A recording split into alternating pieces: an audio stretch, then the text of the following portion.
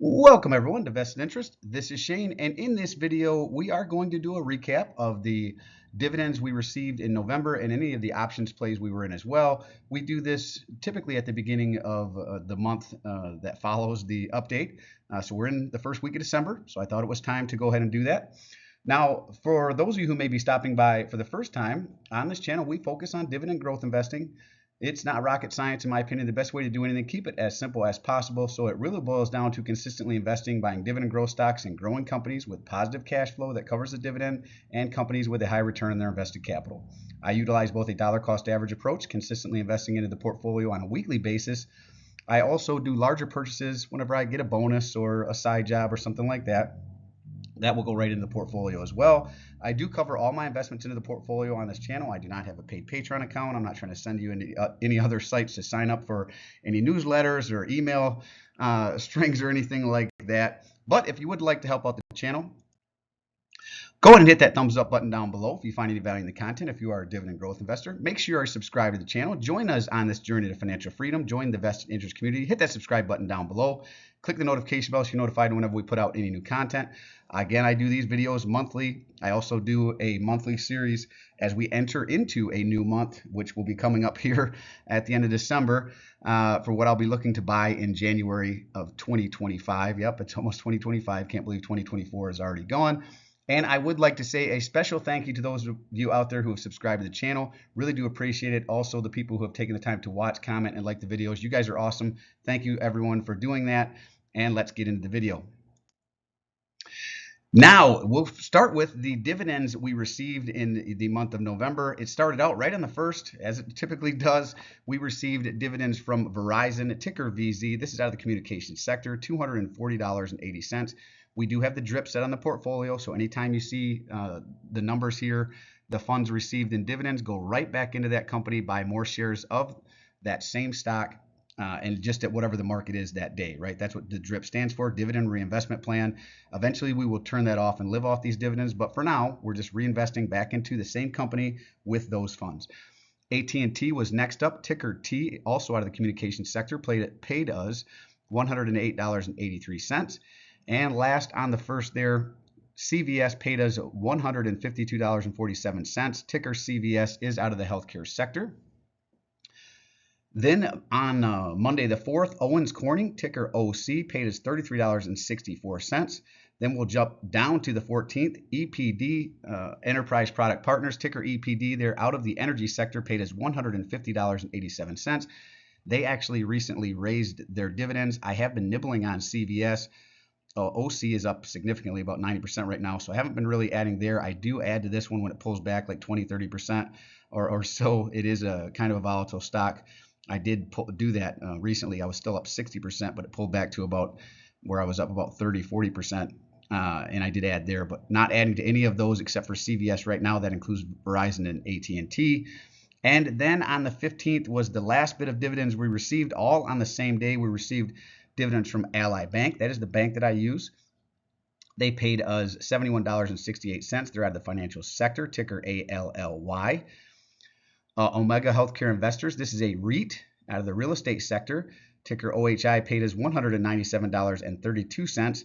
Ally is one I may be adding to. They're a little below 1 on the price to book right now, so I may be nibbling on that coming up, even though they are significantly over my cost basis. Another one I'd like to add a little bit to if it pulls back a little bit more is ticker PG, Procter & Gamble. They paid us $43.61. And another REIT here, this is the monthly paying REIT O, paid us $68.42. And Procter & Gamble is out of the consumer staple sector, and O again is a REIT. All total for the month of November, we received $1,067.64 in dividends. Quick recap of where we're at for the year, and these are color coded as you can see, right? January pays out again in April, pays out again in July, pays out again in October. February dividends pay out again in May, then August, November. March pays out again in June, September, and December. Most companies pay out on this March, June, September, December timeframe. And then you've got some payouts like are monthly, so they'll hit all of these. And then sometimes you'll see throughout the year, companies that pay out in February might slip into March, especially if they usually pay out at the end of the month or the beginning of the month. They might slide into the previous month before or the month after. That does happen from time to time.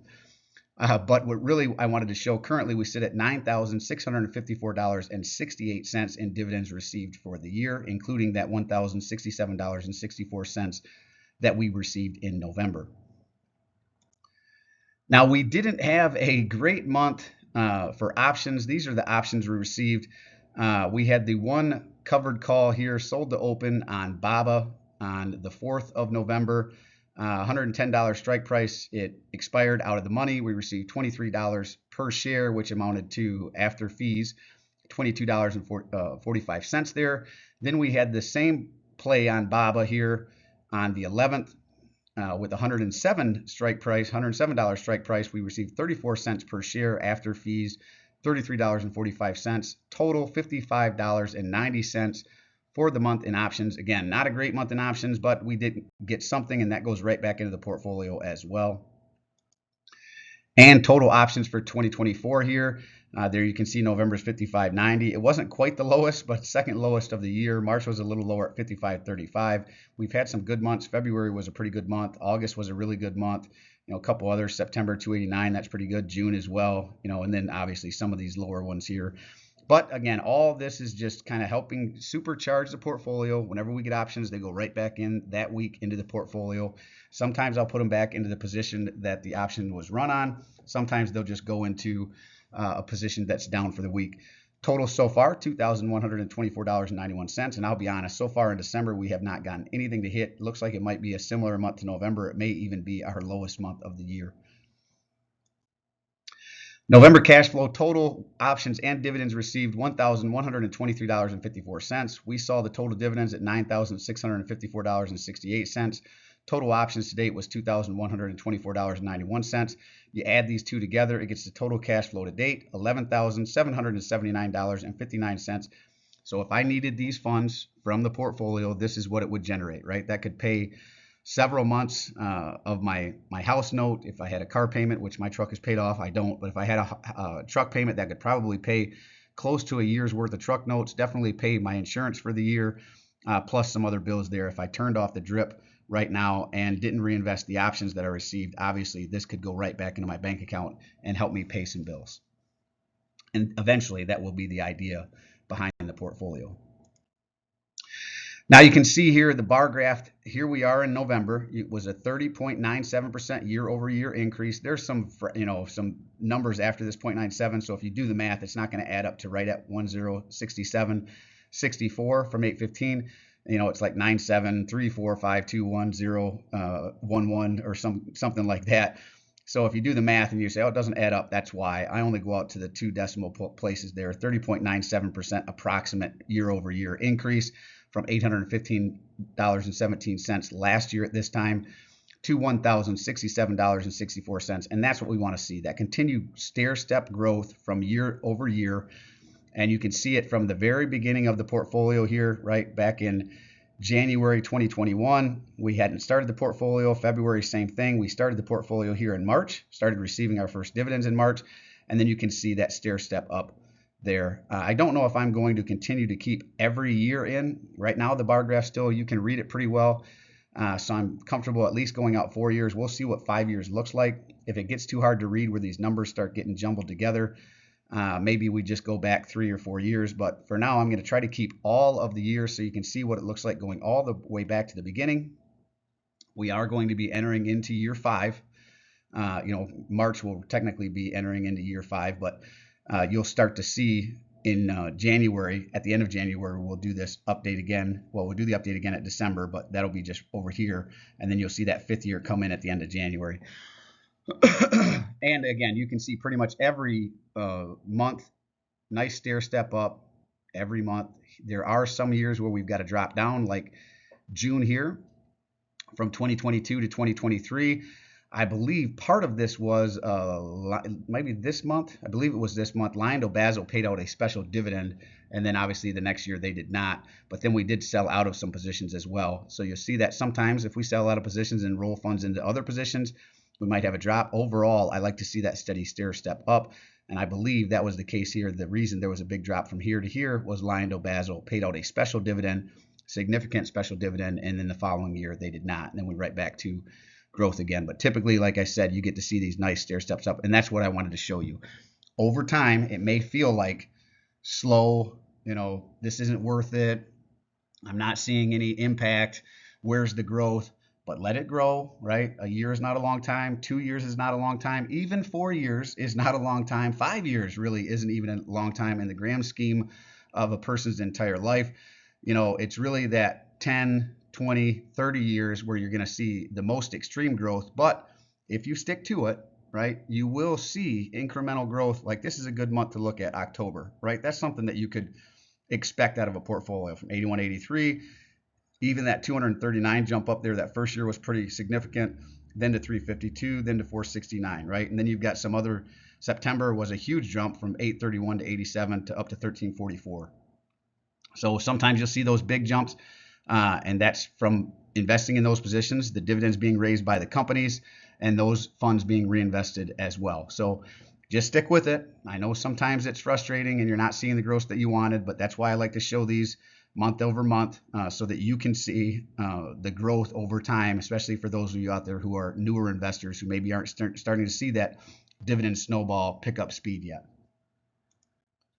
Well, that is really it for this one. Hope you have a great week.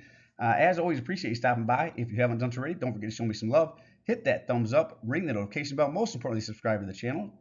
Join us on this journey to financial freedom. Join the vested interest community and drop a comment down below. Let me know what you think of the video. What's going on in your portfolio? What's your month over month or week over week or even year over year dividend growth? Are you starting to see that growth in your portfolio, or are you just a new investor that, maybe you're one of those guys out there, like I said, who are frustrated, not quite seeing that growth yet, and you're wondering what's going on? Drop a comment down below.